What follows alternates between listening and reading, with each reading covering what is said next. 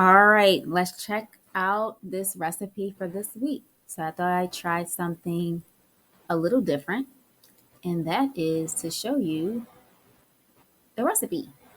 Here we go. Hey everybody, welcome back to In the Kitchen with the Plant-Based Nutritionista. So I'm going to show you how to dry saute. Come along. Hey everybody, welcome. All right, so what you see here, I have the stainless steel pan heated. And notice there's nothing in it. There's a little bit of natural water in the onion. So all you do is add the onion to the pan and you're going to just keep it moving so it doesn't stick. That's the trick to dry saute. Nice healthy way to prepare a sauteed meal without the oil. I also have over here some more onions I'm going to add in, but I want to get these going first. I chose to use my wok simply because of the volume of food that I'm going to be adding. This here is the organic broth that I choose to use, and I love it because it's just raw. When I don't have time to make it myself, some food scraps, organic food scraps, let me throw that out there, then I go ahead and just pick that up from Whole Foods.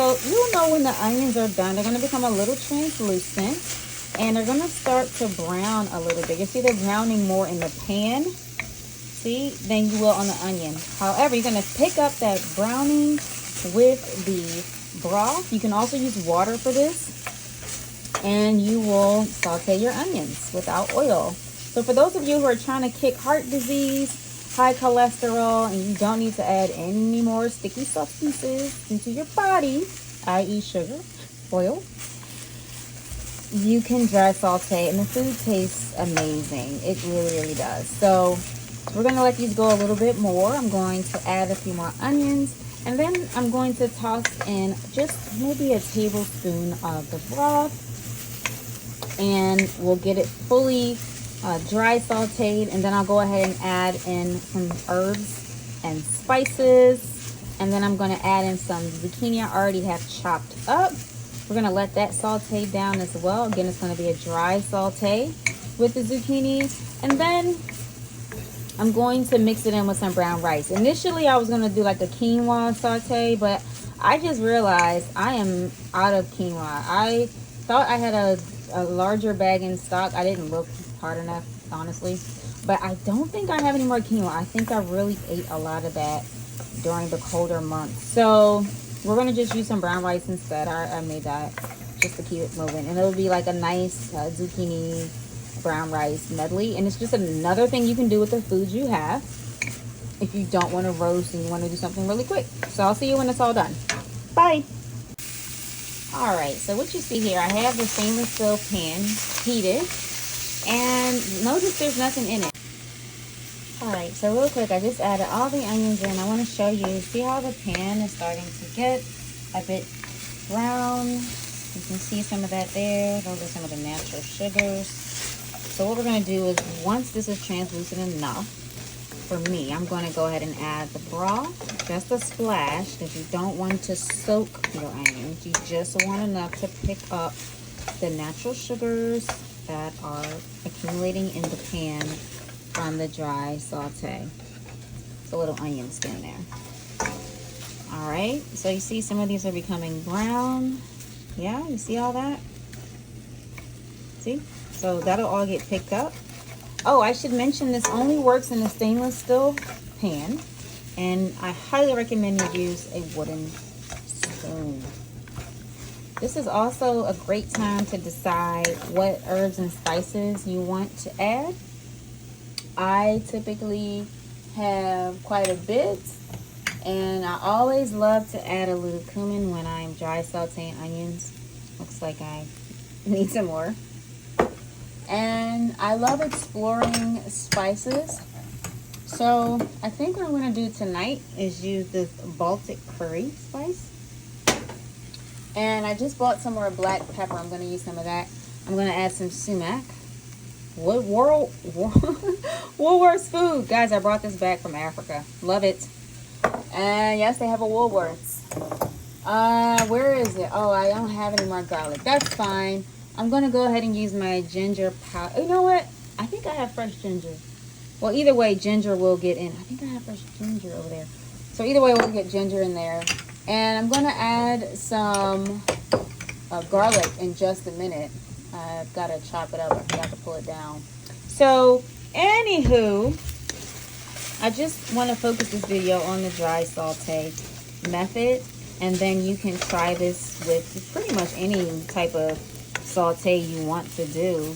I'm just going to do mine with some zucchini, and I got some chickpeas, and I'm going to add a little bit of brown rice. And so, okay, I promise I'm going to hang up now. You see how the onions are getting sauteed?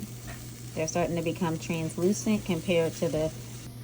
I am the plant-based nutritionista, here to inspire you to take your health back one meal at a time by eating more plants and moving your body.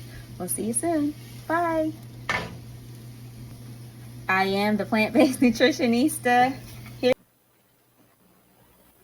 All right, folks. So I thought it would be great this week to do a little less writing and take the time to go ahead and upload all these videos. So apologies, this didn't come out exactly on Sunday. But at the top, you see there a bowl. I just cut up the okra into just small round pieces.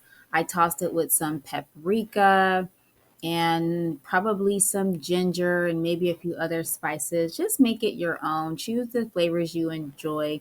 I'd probably hold off on salt for this when it comes to the okra because the paprika, the other herbs and spices do a really nice job roasting in the oven. And so what you see there also in the number one spot is I added some avocado oil. That's intentional. It can take the high heat in the oven without oxidizing your food, which is not healthy for your heart or your arteries. Conversation for another time. But use what you have for the time being. Toss about a tablespoon or two. It really just depends on how much you're making. You don't want to soak your okra. You just want to coat it with the oil. And then in number two, I just show you how I lay it out on parchment paper. They should not be stacked or touching because the goal is really to dry the okra out through the roasting process so that you can really enjoy the really moist flavor that comes from roasting. Now I roasted this on 395 in my oven. My oven is electric. Know your oven temperatures. You may need to turn it up a little, turn it down a little, just depends on your oven and how it was manufactured. And I roasted it for about 15-20 minutes. I checked it, and essentially, you know it's done when it's not any mucilage on the parchment paper. My recommendation is as you chop the okra, immediately toss it in the bowl. So chop, chop, chop, toss it in the bowl. If you come across a piece of okra that's a bit crunchy and a little harder to cut, go ahead and just put it to the side and compost that. Number three, what you see here is the combination of the dry saute with the zucchini and the yellow summer squash. Again, just using the natural water and a little bit of the broth to mix things in. I think I even added some garbanzo beans to this and also mushroom. No, last week I didn't do mushrooms actually. So no mushrooms, but I added some mushrooms when I made it this week. By putting on the lid and turning down the fire, you allow steam to build up and it cooks so nicely. When it's all done, go ahead and turn it off, remove from heat, and you can plate it. That's what you see in number four. And here is the spoiler alert, the sneak peek that I sent out last week.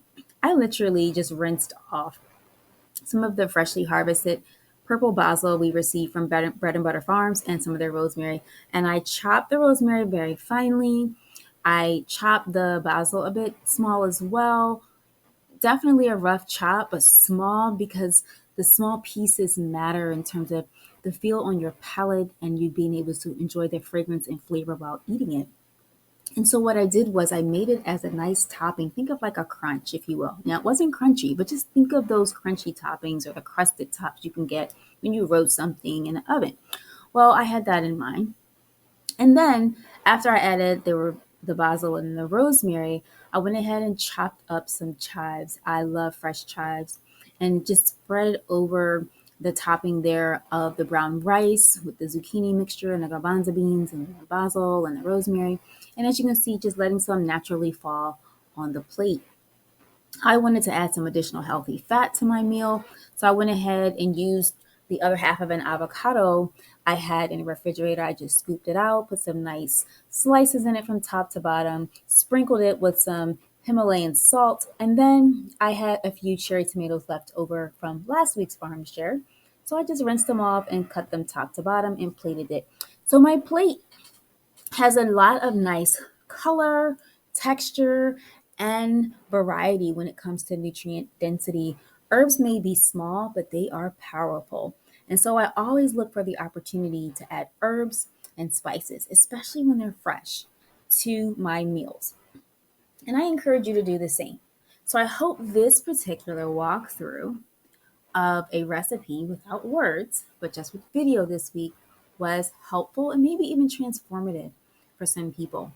Last thing I want to share before I wrap this up is if you want to get the shape of the rice, make sure that you see there, just simply pack your rice into a bowl before you plate anything else. Pack it down tightly or whatever shape you want. Put it on your plate, turn it over kind of how you do a cake out the oven when it's ready to turn. Let it sit for just a few moments and then gently lift it up. You should have 99.9% of your rice compact wherever you placed it on your plate. And that's how I do my designs. Well, thanks again for joining my kitchen. I hope week 4 has been amazing for you. Send me some of those pictures of what you're making. I'd love to showcase you. Take care.